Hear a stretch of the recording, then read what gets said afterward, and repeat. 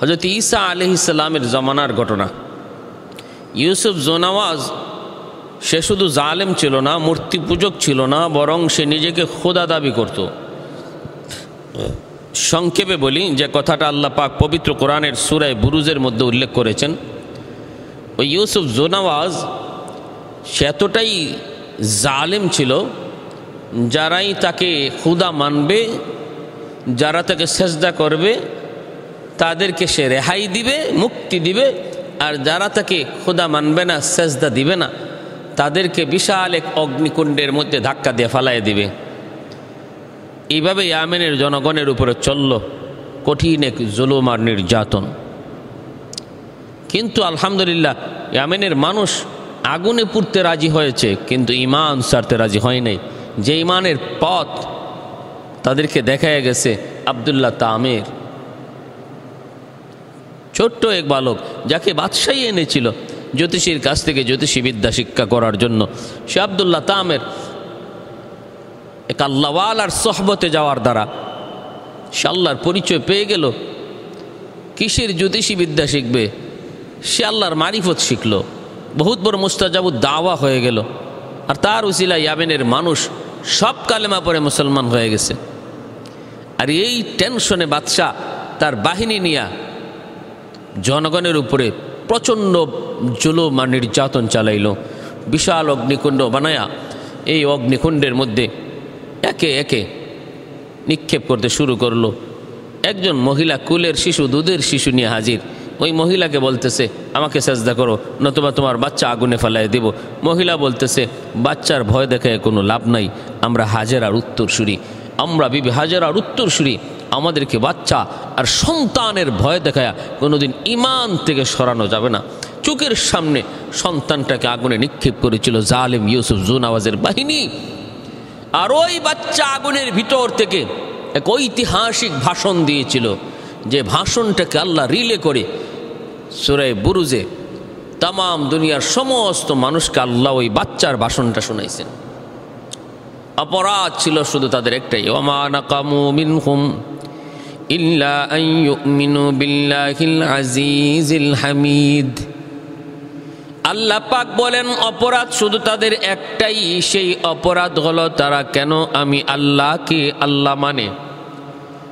এই অপরাধে তাদেরকে আগুনের মধ্যে নিক্ষেপ করা হয়েছিল। শিশু বাচ্চাটা ভাষণ দিয়া বলতেছে মা গো, ও মা, তুমি এই আগুন দেখে ভয় পেও না। তুমি মনে করতেছো তোমার সন্তান আগুনে পুড়ে কষ্ট পাইতেছে না গো মা,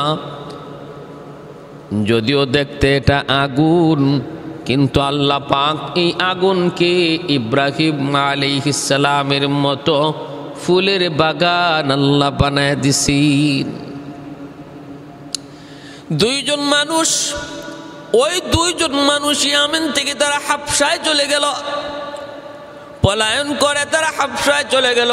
হাবশার বাদশা তখন ছিল খ্রিস্টান আহলে কিতাবের অনুসারী, সে মুশরিক ছিল না। ইয়ামেনের বাদশা ছিল মুশরিক, মূর্তি পূজারী। হাবশার বাদশা ছিল এক আল্লাহতে বিশ্বাসী। এর জন্য ওই দুইজন মানুষ যে বাদশার কাছে নালিশ দিল, বাদশা জাহাপনা, ইয়ামেনের জালেম বাদশা ইউসুফ জুনাওয়াজ আমাদেরকে বাধ্য করতেছে তার কদমে সেজদা দেওয়ার জন্য, মূর্তি পূজা করার জন্য, তারে খোদা বলার জন্য। যেই মানুষটা মানবে না তারই আগুনে ফেলে দিচ্ছে। একটা ব্যবস্থা করুন। বাদশাহ হাবশার বাদশা নাজ্জাশী তখন দুইজন সেনা কমান্ডার পাঠিয়ে দিল বিশাল বাহিনী সহ। এ ভাইয়েরা বন্ধুরা, ওই দুইজন সেনা কমান্ডারের একজনের নাম হলো আব্রাহা। ওই আব্রাহার সাথে আরেকজন আরবাত, এই দুইজন সেনা প্রধানকে সে পাঠিয়ে দিল বিশাল বাহিনী সহ ইউসুফ জুনাওয়াজের বিরুদ্ধে। হাবশার বাদশাহ এই দুইজনকে পাঠিয়ে দিল, তারা বাহিনী নিয়ে তারা ইয়ামেন আক্রমণ করলো।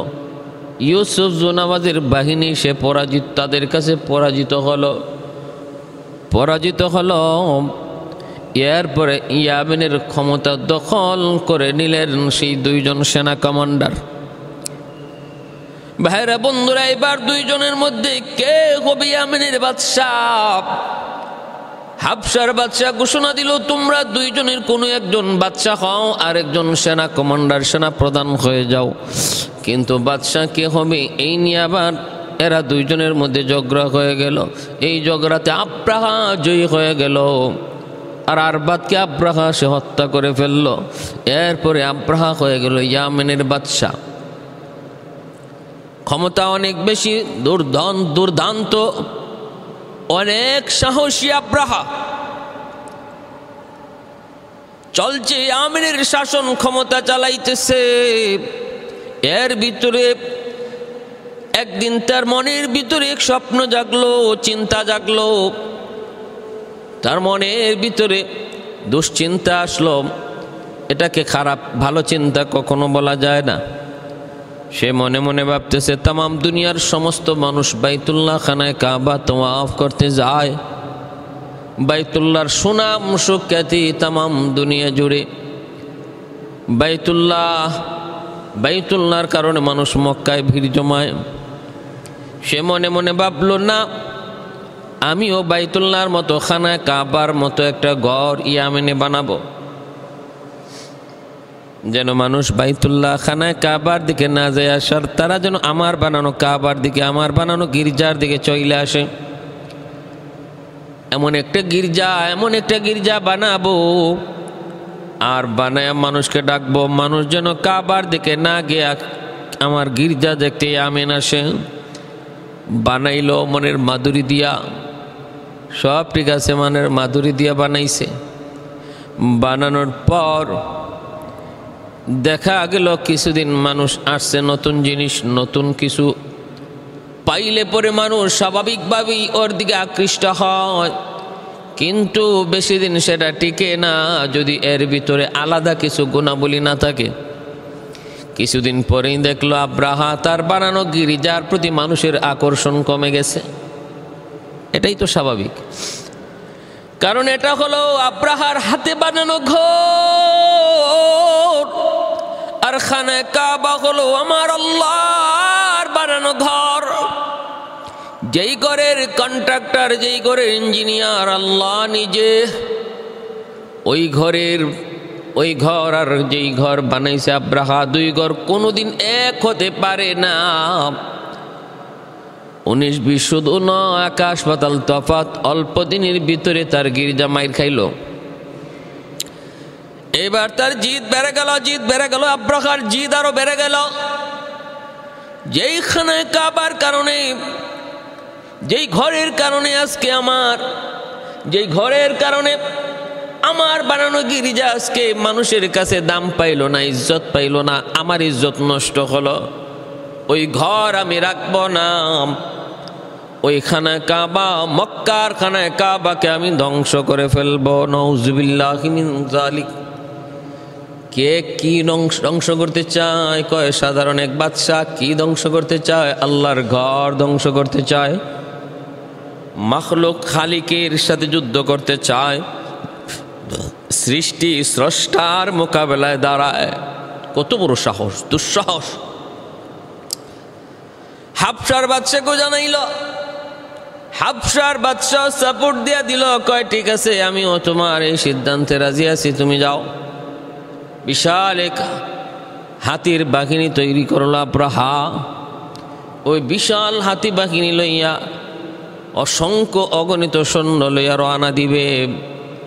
হাবশার বাদশাহ তারে 8টা বড় বড় হাতি দিল, 8টা।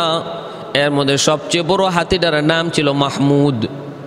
এই মাহমুদ হাতিটা ছিল অনেক জ্ঞানী এবং ইশারা ইঙ্গিত সতর্ক সে খুব ভালো বুঝত। মাহমুদ নামক হাতিটাকে দিল আব্রাহা চড়ার জন্য। ওই হাবশার বাদশা নাজ্জাশী, আল্লাহর ঘরখানায় কাবার 8টা পিলার, ওই 8টা পিলারের মধ্যে 8টা রশি বাইদা 8টা ওই বড় বড় হাতির শরীরে বেঁধে দিবে, আর তারা টান দিয়ে আল্লাহর ঘরখানায় কাবার 8টা সেই খুঁটি খুলে ফেলবে, তুলে ফেলবে। এই চিন্তায় 8টা বড় বড় হাতি দিয়ে তারে সাহায্য করলো আব্রাহা। আব্রাহাকে সাহায্য করলো হাবশার বাদশাহ। ভাইরা বন্ধুরা, এভাবে চলছে। আব্রাহা রওনা দিয়ে দিবে, কিন্তু ইয়ামিনের মানুষ এবং হাবশার মানুষ, তারাও অনেক যারা মুসলমান, এমনকি যারা খ্রিস্টান, তারাও নিষেধ করতেছে, না বাদশাহ আপনি এমনটা কইরেন না, কারণ এটা আল্লাহর ঘর, সব নিয়ে খেলা করা যায়, আল্লাহর ঘর নিয়ে খেলা করা যায় না। সব কিছু নিয়ে তামসা করা যায়, কিন্তু আল্লাহর ঘর নিয়ে তামসা করা যায় না। এমন কাজ আপনি করবেন না। মানুষের বিবেক বুদ্ধি যখন লোপ পায়, তখন সে কি করবে সেটাও সে ভুলে যায়। কোনো জিনিসের প্রতি মানুষের ক্রোধ যখন বেড়ে যায়, নিশা যখন অতিরিক্ত হয়ে যায়, ক্রোধ যখন, রাগ গুসা যখন অতিরিক্ত বেড়ে যায়, তখন স্বাভাবিকভাবেই সাধারণ জ্ঞান তখন লোপ পায়, স্বাভাবিক জ্ঞান তার কাজ করে না। মানুষজন যতই বুঝায়, আব্রাহা তো আর বুঝ মানে না, বরং যারা বাধা দিতে আসে তাদেরকেও হত্যা করে ফেলে। যারা বাধা দিতে আসে এদেরকেও হত্যা করে ফেলে। এমন এক কঠিন পরিস্থিতি। ভাইরা আমার,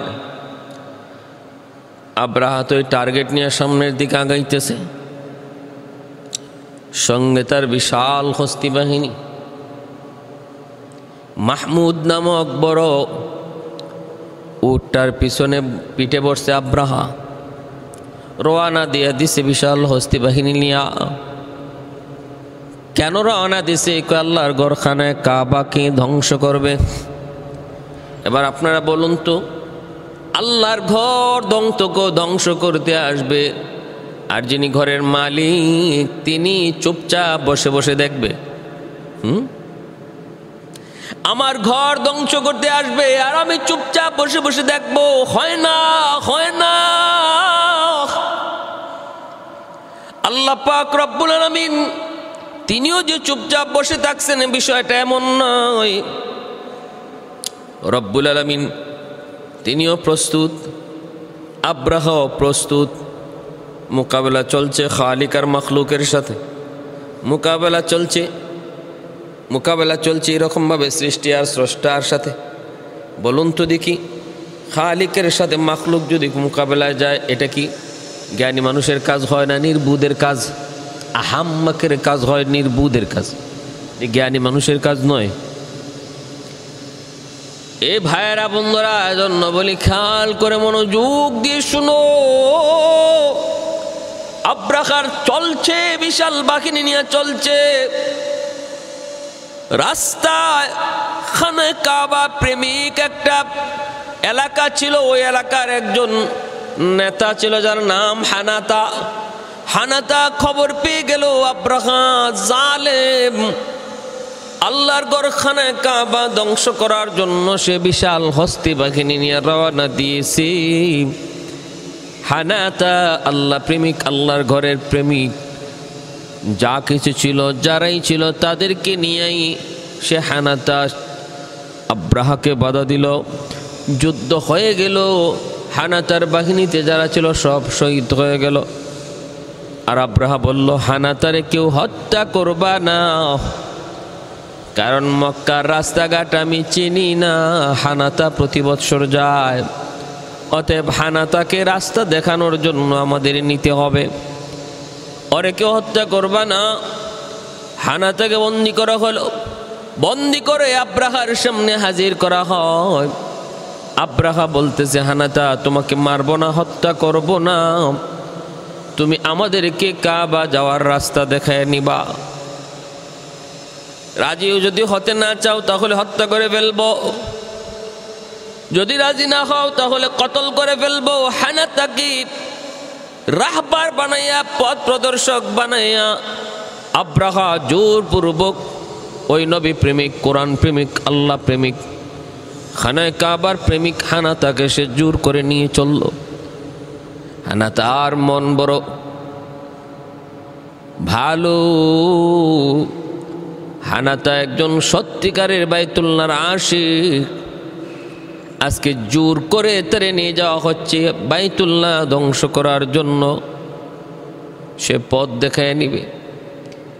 হানা তার চোখ দিয়ে দর দর করে পানি পড়ে আর কান্দে, কই মালিক, জীবনে কতবার তোমার ঘরে গেলাম, এরে খানায় কাবা তোমার কাছে জীবনে কতবার আসলাম চুমু দেওয়ার জন্য, আর আজ আব্রাহা আমাকে নিয়ে যাচ্ছে তোমাকে ধ্বংস করার জন্য। ও মালিক, তোমার ঘরে কত চুমু খাইলাম, আজ বুঝি আমি জালেমের সহযোগী হয়ে গেলাম। আল্লাহ তুমি দেখতেছ, আল্লাহ তুমি দেখতেছো, তোমার কুদরতি গাইবী সাহায্য তুমি নাজিল কইর। মালিক, তোমার ঘর তুমি হেফাজত কইর। হানা থেকে নিয়ে চলছে, রাস্তা দেখে দেখে নিয়ে যাচ্ছে। ভাইরা বন্ধুরা, খানায় কাবার কাছাকাছি পৌঁছে, খানায় কাবার কাছাকাছি পৌঁছার আগে তারা তায়েফ গেল। তায়েফ, এই তায়েফ এলাকায় যাওয়া মাত্রই আবু রিকাল নামে এক ব্যক্তি, ওই তায়েফের লিডার, একজন লিডার আবু রিকাল, ওই হারামিও তখন আব্রাহার সাথে যোগ দিয়ে দিল। আবু রিকাল সেও তার এক বাহিনী নিয়ে আব্রাহার সাথে যোগ দিল খানায় কাবা বাইতুল্লাহ ধ্বংস করার জন্য। আমার ভাইয়েরা বন্ধুরা, কাছাকাছি পৌঁছে গেল, কাছাকাছি পৌঁছে গেল। মাখমাস নামক একটা জায়গা আছে, ওই জায়গার কাছে যেয়ে তারা তাবু গাড়ল। আব্রাহা তখন হানাতাকে বলতেছে, হানাতা তুমি যাও, যা মক্কার মানুষকে বলে দাও আমি এসেছি বাইতুল্লাহ খানায় কাবা ধ্বংস করার জন্য। ওরা আমাকে স্বাধীনভাবে কাম করতে দিবে নাকি ওরা আমার সাথে যুদ্ধ করবে? অপশন তাদের দোনোটা। তারা যদি চায় যুদ্ধ করতে পারবে, আর তারা যদি চায় তারা নিশ্চিন্তে এই জায়গা ছেড়ে অন্যত্র কোথাও চলে যাবে, তাও পারবে। আমি মক্কার মানুষের গায়ে হাত তুলতে আসি নাই, আমি এসেছি ওই কাবা ধ্বংস করে দিতে। কেন ধ্বংস করতে এসেছিল? আল্লাহ পবিত্র কুরআনুল কারীমের ভিতরে সূরা ফিলের মধ্যে একটা চক্রান্তের কথা বলেছেন। আল্লাহ বলেন, আলাম তারা কাইফা ফাআলা রাব্বুকা বিআসহাবিল ফিল আলাম ইয়াজআল কাইদাহুম ফি তাদলিল। ওগো নবী, আপনি কি দেখেন নাই আমি ওই হস্তি বাহিনীর সাথে কেমন আচরণটা করেছিলাম? আমি কি তাদের ষড়যন্ত্রকে ধ্বংস করে দেই নাই? ষড়যন্ত্র ছিল আব্রাহার, কি চক্রান্ত ছিল, কি আব্রাহার চক্রান্ত ছিল, যদি কাবা আমি ধ্বংস করে দিতে পারি তাম পৃথিবী জুড়ে আমার নাম ছড়ায় পড়বে। আব্রাহা খানায় কাবা ধ্বংস করে ফেলেছে, আমার নাম ছড়ায় পড়বে, আমার ভীতিও প্রতিটা বাদশাদের অন্তরে ঢুকবে। তারপরে আমি এক এক করে বিভিন্ন দেশ জয় করে নিব। আগে আমার পরিচিতিটা জানায় দেব কাবা শরীফ ভাঙ্গার মাধ্যমে। নাউজুবিল্লাহ। এই ছিল তার চক্রান্ত। তামাম দুনিয়া শাসন করার চক্রান্ত ছিল, ষড়যন্ত্র ছিল আব্রাহার অন্তরে। আল্লাহ পাক কয়, আমি কি ধ্বংস করে দেই নাই? আমি কি তার চক্রান্ত নস্যাৎ করে দেই নাই? নস্যাৎ করে দিয়েছি, ধ্বংস করে দিয়েছি। মক্কার মানুষদের কাছে খবর দেয়, মানুষেরা কয় আমরা কিছু জানি না বাইতুল্লাহর ব্যাপারে। জানেন বাইতুল্লাহর মুতাওয়াল্লি আছেন, তার নাম আব্দুল মুত্তালিব। আমার নবী, রহমতের নবী, মায়ার নবীর দাদা আব্দুল মুত্তালিব, তিনি তখন ছিলেন বাইতুল্লাহর মুতাওয়াল্লি। মানুষেরা কয় বাইতুল্লাহর মুতাওয়াল্লির কাছে যাও। বাইতুল্লাহর মুতাওয়াল্লি কি বলে সেটা আগে খেয়াল করে শোনো, আগে জানো। মুতাওয়াল্লির কাছে যাও।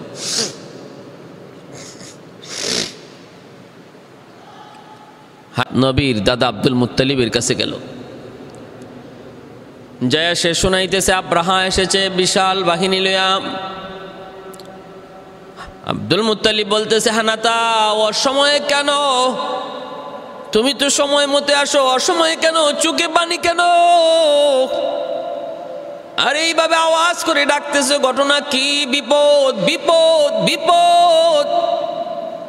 মক্কার তখন একটা সিস্টেম ছিল এমন, বিপদ সংকেত বোঝানোর জন্য ওই সাফা অথবা মারওয়া পাহাড় অথবা জাবাল আবি কুবাইস, উঁচু কোনো পাহাড়ের উপরে উইটা তারা মানুষদেরকে ডাকতো, বিপদ বিপদ বলে ডাকতো।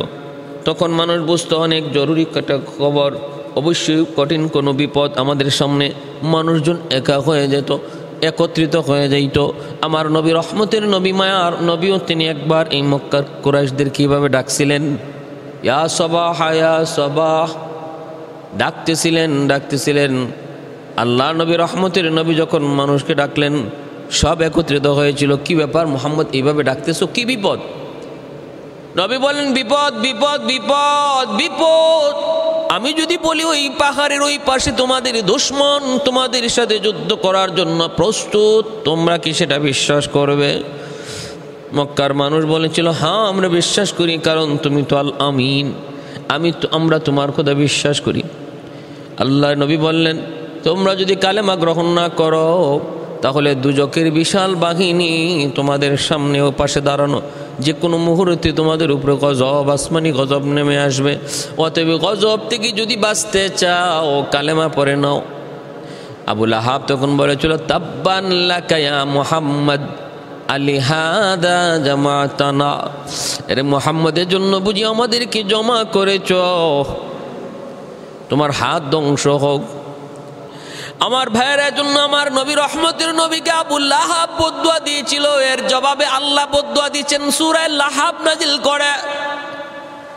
এটা আরবের একটা সিস্টেম ছিল, পাহাড়ের উপর ওইটা বিপদ কয়া ডাক দিলেই মানুষজন একত্রিত হয়ে যাইত। হানাতা যখন বিপদ বিপদ কয়া ডাকতেছে, মক্কার মানুষজন একত্রিত হয়ে গেছে। আর হানাতাকে মানুষজন চিনত।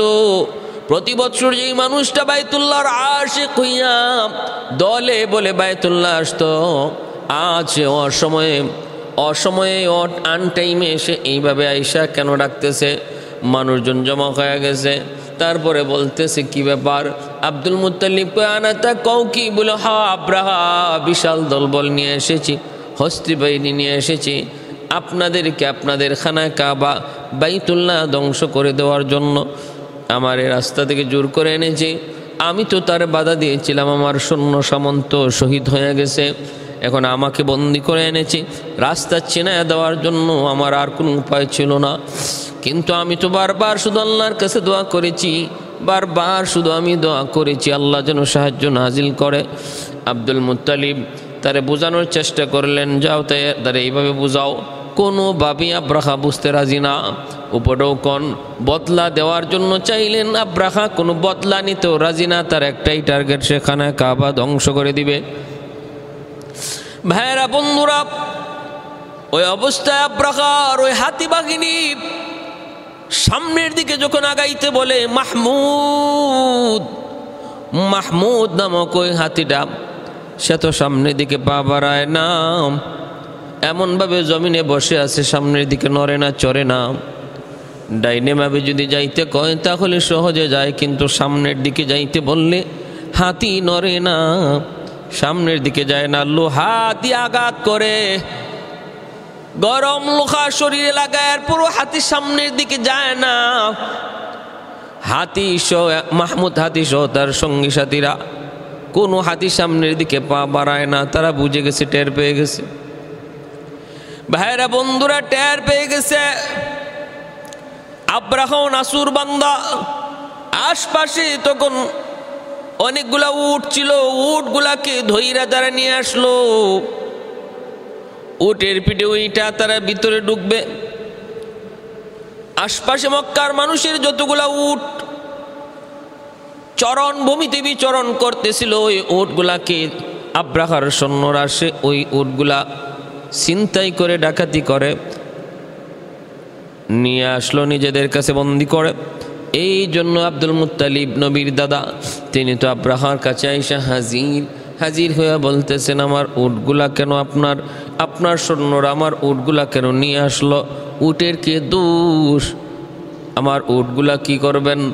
আব্রাহা অবাক হয়ে গেছে। আব্রাহা বলতেছে, আব্দুল মুত্তালিব, তুমি না বাইতুল্লাহর মুতাওয়াল্লি, তুমি খানায় কাবার ব্যাপারে কোনো টেনশন তোমার নাই বুঝি? বাইতুল্লাহর ব্যাপারে তোমার টেনশন নাই, তুমি আসছো তোমার উটের টেনশন লইয়া। তুমি তোমার উটের টেনশন লয়ে আসছো, কিন্তু বাইতুল্লাহর টেনশন, খানায় কাবার কোনো টেনশন বুঝি তোমার নাই। আব্দুল মুত্তালিব বলতেছে, আব্রাহা শোনো, অনেকগুলো অফার দিয়েছি, তুমি মানো না, এরপর আমাদের আর কিছু করার নাই। উটের মালিক হলাম আমরা, উট হলো আমাদের জিনিস, আমরা আমাদের জিনিসের হেফাজত করার জন্য এসেছি। কিন্তু বাইতুল্লাহ আমাদের জিনিস নয়, বাইতুল্লাহর মালিক আমরা না, বাইতুল্লাহর মালিক একজন আছেন, আমরা আমাদের জিনিস হেফাজত করতে এসেছি। বাইতুল্লাহ যার জিনিস, তিনি তার জিনিস হেফাজত করার জন্য তিনিও প্রস্তুত। বাইতুল্লাহ যার ঘর, তিনিও তার ঘর হেফাজত করার জন্য তিনিও প্রস্তুত। তিনি তার ঘরের হেফাজত কেমনে করবে তিনি জানে, আমরা জানি না। আমরা আমাদের মাল হেফাজত করতে এসেছি। আব্রাহা কয়, আচ্ছা ঠিক আছে, তাহলে বিষয় যদি এমনই হয়, নাও তোমার উট লইয়া যাও সামনের দিকে। আব্রাহা আগায়, আর আব্দুল মুত্তালিব যায় আল্লাহর ঘর বাইতুল্লাহ খানা কাবা, আর মুলতাজিমে দইরা তিনি দোয়া করে। মুলতাজিম আল্লাহর ঘর খানা কাবার ওই দরওয়াজা হজরে আসওয়াদ, হজরে আসওয়াদ আর আল্লাহর ঘর খানা কাবার দরজার মাঝখানে যে জায়গাটা, ওই জায়গাটা 2 থেকে 2.5 হাত জায়গার নাম হলো মুলতাজিম। এই মুলতাজিম দোয়া কবুলের জায়গা।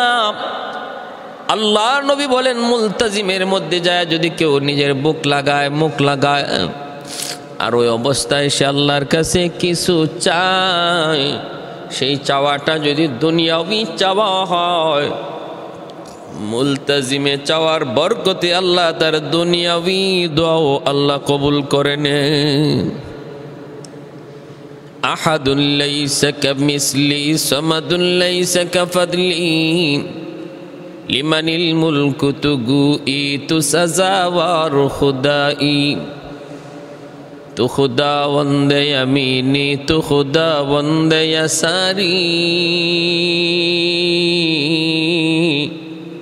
তু খুদাবন্দে জমিনি তু খুদাবন্দে সামাই, তু রহিমি তু করিমি তু সমিঈ তু বসীরি, তু মুইজ্জি তু মুযিল্লি তু মালিকিল আরশি বজাই, বরি আজ খুরদন ও খুফতন, বরি আজ তুহমতি মরদন, বরি আজ বিম উমিদি, বরি আজ রঞ্জ বালাই, কাদিরে কুদরত দারি হরচ খাহি আকুনি, মুর্দারা যা হম তো বখশি জিন্দারা বেজা কুনি, কাদিরে কুদরত দারি বর কামাল, আন্তা রব্বি আন্তা হাসবি যুল জালাল। আব্দুল মুত্তালিব কয়, রে আব্রাহা, খানা কাবা বাইতুল্লাহ লইয়া আমাদের কোনো টেনশন নাই, বাইতুল্লাহর মালিক একজন এখনো আছেন, তিনি তার ঘরের হেফাজত তিনি করবে, আমাদের টেনশন নাই। আব্রাহা সামনের দিকে আগাইবে, আর আব্দুল মুত্তালিব তিনি বাইতুল্লাহর কাছে যাইয়া মুলতাজিমে এলাকার মানুষজন লইয়া, বিশেষ করে আমার নবীর মা, আমার নবীর মা আমেনা, ওনাকে সঙ্গে লইয়া আব্দুল মুত্তালিব মুলতাজিমে আল্লাহর কাছে দোয়ায় বসে গেলেন। বলতেছে, মারি ও মা, তোমার পেটের সন্তানের উসিলায় বহু দোয়া আমার চোখের সামনে কবুল হয়েছে রে মা। আজকে একটা কঠিন দোয়া আল্লাহর কাছে করতে হয়, যেই দোয়াটা কবুল হওয়া চাই, কবুল হওয়া চাই। মা তুমি নিজেও আসো, আল্লাহর ঘর মুলতাজিমে যাই আমরা একটু আল্লাহর কাছে কান্দি। আমার নবীর মা আমেনা সহ আব্দুল মুত্তালিব মুলতাজিমে দাঁড়ায় আল্লাহর কাছে কান্দে, আল্লাহর ঘর দইরা কো মালিক, আমরা বড় দুর্বল, আমরা বড় অসহায়, শক্তিশালী বাহিনী আব্রাহার দল, বিশাল হাতি বাহিনী লইয়া আসছে তোমার গড় ধ্বংস করার জন্য, তুমি তো সব দেখতেছ, সব শুনতেছ। আল্লাহ ওই জালেমের সমস্ত কথাগুলি, সমস্ত হরকতগুলি তোমার চোখের সামনে মালিক, মালিক আজ তোমার কাছে ফরিয়াদ জানাই, তুমি তোমার ঘরের হেফাজত করো, তুমি তোমার ঘরের সম্মান তুমি রক্ষা করো। আল্লাহ নবীর মা আমেনা আমিন কয়া চোখের পানি জড়ায় কান্দে। কারণ কানবে না কেন? মক্কার মানুষ নিজের সন্তানের চেয়েও খানায় কাবাকে বেশি মায়া করে, বেশি ভালোবাসে, বেশি মহব্বত করে। নিজের আপন প্রিয়জনের চেয়েও বাইতুল্লাহর মহব্বত তাদের অন্তরে বেশি। এমনকি জানের চেয়েও বাইতুল্লাহর মহব্বত বেশি। যেই বাইতুল্লাহ ঘুম থেকে ওঠার পরপরই দেখে, যেই বাইতুল্লাহ দেখে দেখে তারা ঘুম থেকে উঠে, যেই বাইতুল্লাহ দেখে দেখে তারা ঘুমায়, যেই বাইতুল্লাহ দেখে দেখে তারা বড় হয়, যেই খানায় কাবার কাছে কিছু চাইতে হলে আল্লাহর ঘর খানায় কাবার কাছে যায় বাইতুল্লাহর দেয়াল ধরে তারা চায়। অপরাধ অন্যায় হয়ে গেলে সন্তান লইয়া তারা আল্লাহর ঘরের সামনে আইসা আল্লাহর ঘর দইরা মা বাবা সন্তানদের সহ আল্লাহর ঘর দইরা তওবা করে। এরে ভাই, বাইতুল্লাহর মহব্বত এত ভালোবাসা, এত দরদ। এরপরও আল্লাহর কাছে তারা চাইতেছে। আর আল্লাহ পাক রব্বুল আলামিন কেনই বা তার ঘরে হেফাজত আল্লাহ করবে না? হানাতা যে আবারও বুঝায় আব্রাহা এখনো সময় আছে, একটু বুঝো। যেই ঘরের দিকে তুমি হাত বাড়াইতেছ এই কোনো জেনতেন ঘর নয়, এই ঘর জেনতেন কোনো ঘর নয়। এই ঘর আল্লাহ প্রথম বানাইছেন ফেরেশতাদের দ্বারা। তারপরে নূহ আলাইহিস সালামের মহাপ্লাবনে এই ঘর বালুর নিচে চাপা পড়ে গিয়েছিল। তারপর আল্লাহ পাক ইব্রাহিম খলিল এবং ইসমাইল জাবিহুল্লাহ এ বাপ বেটার দ্বারা আল্লাহর ঘর বাইতুল্লাহ আবারও আল্লাহ পাক সংস্কার করাইলেন। ইব্রাহিম খলিলুল্লাহ আল্লাহর কাছে চাইলেন, মালিক আমার ছেলে ইসমাইলকে তোমার হুকুমে এই জায়গায় রেখে গেলাম, পানির ব্যবস্থা করে দিলা জমজম, কিন্তু ইবাদতের জন্য একটা ঘর চাই। আল্লাহ পাক রব্বুল আলামিন ওই ঘরটা আল্লাহ পাক কবুল করে নিলেন আর বললেন, ইব্রাহিম ঘর তো আমি আল্লাহ তৈরি করে রেখেছি, শুধু প্রয়োজন তুমি যায় তার ফাউন্ডেশনটা খুঁজে বের করো। ফাউন্ডেশনটা খুঁজে বের করার পর যখন সংস্কার শুরু করলেন, সামনের দিকে উঠতেছেন, উপরে উঠতেছেন, এখন উপরে আর জায়গা নাই, উপরে আর লাগাম পান না। ইব্রাহিম খলিল কয়, আল্লাহ তোমার ঘর বানাইতেছি কিন্তু উপরে তো আর লাগাল পাই না। আল্লাহ পাক একটা পাথরকে লিফটের কাজ করার জন্য আদেশ দিয়ে দিলেন।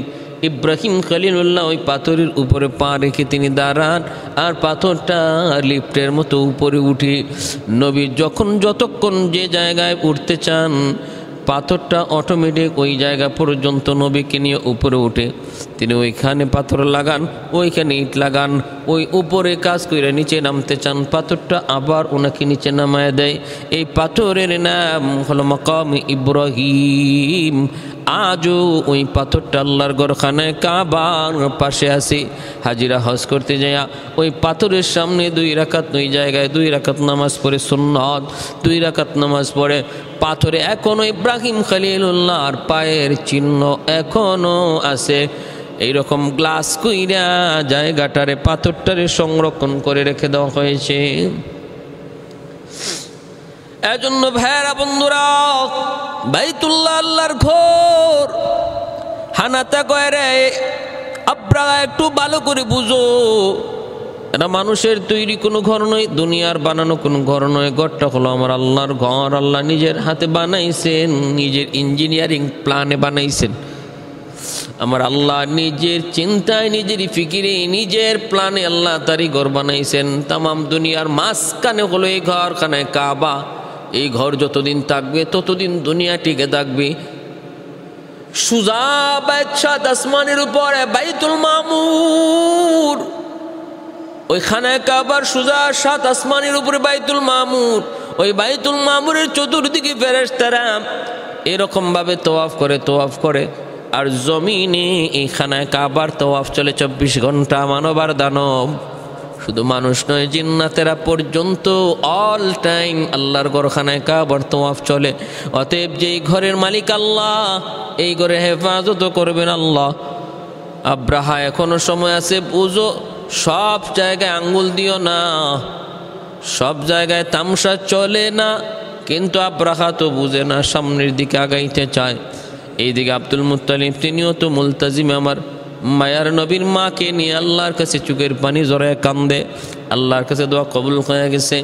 হঠাৎ করে আব্দুল মুত্তালিব তিনি দেখেন আরব সাগর থেকে, আরব সাগরের ওই পাশ থেকে একটা কালো একটা মেঘের চাকার মতো দেখা যায়, মেঘের মতো মনে হচ্ছে। তারা বুঝে ফেলছে না আযাব, বুঝে ফেলছে না আযাব। আব্রাহার বাহিনী এরাও দেখতেছিল বিশাল একটা কালো চাকা, কালো একটা মেঘের টুকরার মতো আসতেছে তাদের দিকে। কিন্তু না না বাইরে, এটা মেঘের কোনো টুকরা নয়, এই কালো চাকটা হলো একদল পাখি, বিশাল এক ঝাঁক পাখির আগমন এইভাবে আসতেছে কালো হয়ে। যে পাখির টুটেও আছে একটা পাথরের কণা, আর দুইটা পায়ের মধ্যে আছে দুইটা পাথরের কণা। আল্লাহ পাক রব্বুল আলামিন কোন জালেমকে শায়েস্তা করার জন্য আল্লাহ যখন চান, স্পেশাল ফেরেশতার কোন বাহিনী আল্লাহর পাঠাইতে হয় না। আল্লাহ চাইলে ক্ষুদ্র থেকে ক্ষুদ্র বাহিনী দ্বারা আল্লাহ পাক কখনো জালেমকে ধ্বংস করে দিতে পারেন। এই ক্ষমতা আল্লাহর আসেনি না নাই? নমরুদ আল্লাহ মারছেন মশা দ্বারা, ফেরাউনে মারছেন আল্লাহ পানি দ্বারা, আর আব্রাহারে ধরছেন আল্লাহ পাক আবাবিল পাখি দ্বারা, ছোট্ট পাখি। ও ভাই, ঠোঁটের মধ্যে পাথরের কণা আর দুই পায়ের মধ্যে দুইটা পাথরের কণা, প্রত্যেকটা পাথরের কণার মধ্যে জালেমের এক একজন সৈন্যের নাম লেখা। আল্লাহ পাকের আদেশটা কেমন দেখেন, যে যার টুটে যেই পাথর, এই পাথরে যার নাম, তার গায়ে তুমি যে এই অ্যাটম বোমা নিক্ষেপ করবা। এই হলো আল্লাহ পাকের নির্দেশ। এই ছোট্ট ছোট্ট পাখির ঝাঁক হিসাব রাখার ওই বাহিনীর উপরে যখন এইভাবে পাথরের কণাগুলি নিক্ষেপ করতে লাগলো, প্রত্যেকটা পাথরের কণা তাদের মাথার মগজ দিয়ে ঢুকে, আর মগজ দিয়ে ডুইকা পুরা বডিটা ছিদ্র করে পায়খানা রাস্তা দিয়ে বের হয়। এমনকি পেটে নাড়ি বুড়ি যা ছিল সব সহ বের করে। এরপরে শেষ না, যেই হাতির উপরে বসা সেই হাতিটার বডিটাও ছিদ্র করে জমিনের নিচে যায়। আল্লাহু আকবার! কি পরিমাণ পাওয়ার, কি পরিমাণ শক্তি আল্লাহ পাক এই ছোট্ট পাথরের কণার মধ্যে আল্লাহ পাক দিয়েছেন কুদরতি শক্তি। এজন্য মনে রাখবা, দুর্বলকে কখনো দুর্বল মনে করো না, সর্বদা দুর্বলের সাথে হাত তাকে সবলের হাত, তিনি হলেন আহকামুল হাকিমিন আল্লাহ।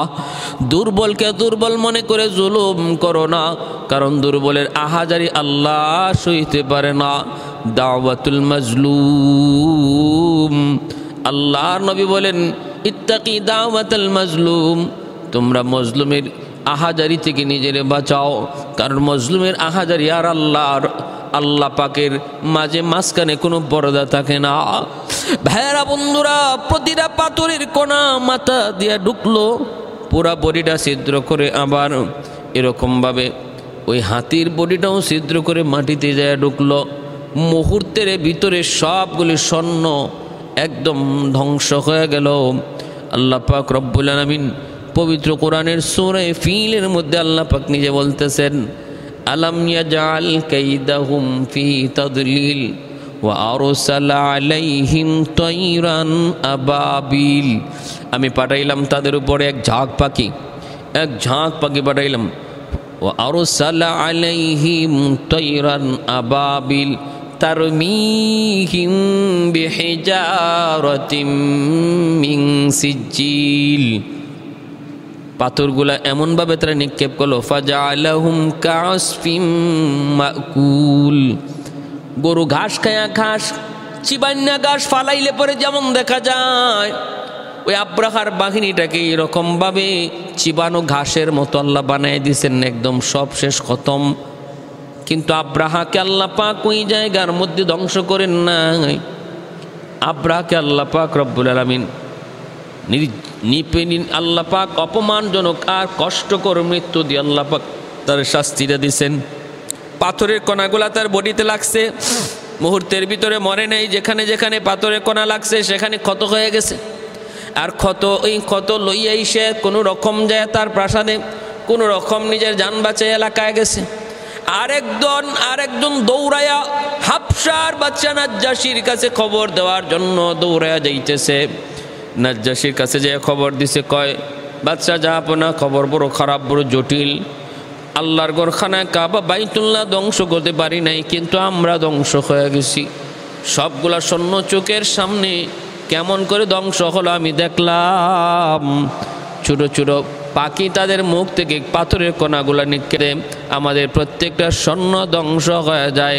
মাথার তালু দিয়ে ঢুকে পায়খানার রাস্তা দিয়ে বের হয়, এতে করে বডির মাঝখানে যা আছে সব পায়খানার রাস্তা দিয়ে বের করে ফেলে। চোখের সামনে সব শেষ। হাবশার বাদশা কই কসকি কোন পাখি, কেমন পাখি, কোন ধরনের পাখি একটু বল না। হঠাৎ করেও তাকে উপরে তাকায় দেখে একটা বাবিল পাখি এখান পর্যন্ত তার পিছনে পিছনে আসছে। এটা আল্লাহ পাকের ইশারা। আল্লাহ স্বর্ণটারও এখানে মারতে পারতেন, কিন্তু একটা বাবিল পাখিকে আল্লাহ নির্দেশ দিয়েছেন, তুই ওরে এখানে মারবি না, ওরে যাওয়ার সুযোগ দে। এই জায়গার হালতটা সে হাবশার বাচ্চাকে জানাইতে হবে।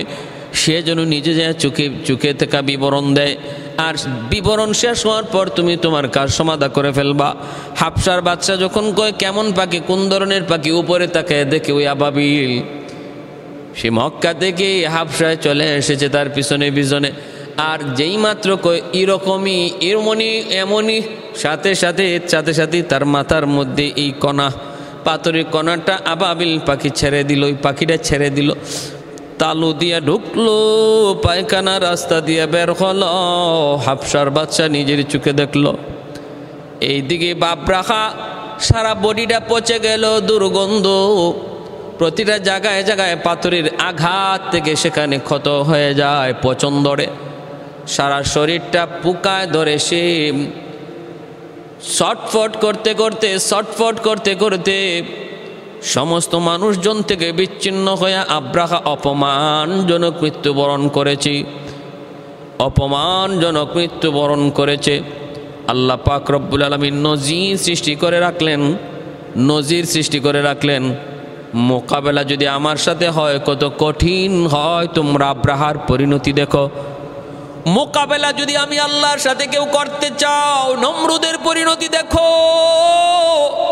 মোকাবেলা যদি আমি আল্লাহর সাথে করতে চাও, ফেরাউনের পরিণতি দেখো, আব্রাহার পরিণতি দেখো। নজির আল্লাহ তামাম দুনিয়ার মানুষের সামনে তুলে রাখছেন, বিশেষ করে জালেমরা। এখনো সময় আছে, জুলুম বন্ধ করো, কারণ জুলুমের শেষটা তোমার হাতে নয়, জুলুমের শেষটা হলো আমার আল্লাহর হাতে। ভাইয়েরা, বন্ধুরা, এজন্য বলতেছিলাম, এই আব্রাহা দুঃসাহস দেখাইছে। হাতির ইশারা বুঝে নাই? প্রত্যেকটা হাতি যে ইশারা দিল, এখানে যেও না। ওই যে আরাফা থেকে হাজিরা মুজদালিফার দিকে রওনা দিয়ে মক্কার কাছাকাছি আসে, তো ওই জায়গাটা এখনও সৌদি সরকার ওই পথে আসার পথেই এই জায়গাটা পাওয়া যায়, যেখানে এই হস্তি বাহিনীকে আল্লাহ পাক এই ছোট্ট পাখির দ্বারা ধ্বংস করেছিলেন। এই জায়গাটাকে তারা অনেক সংরক্ষণ করে রেখেছে, এখানে কাউকে যাইতে দেয় না। এটা আযাবের জায়গা, গজবের জায়গা, কারো ঢোকার অনুমতি নেই। সেটাকে সংরক্ষণ করে ব্যারিকেড দিয়ে রাখছে।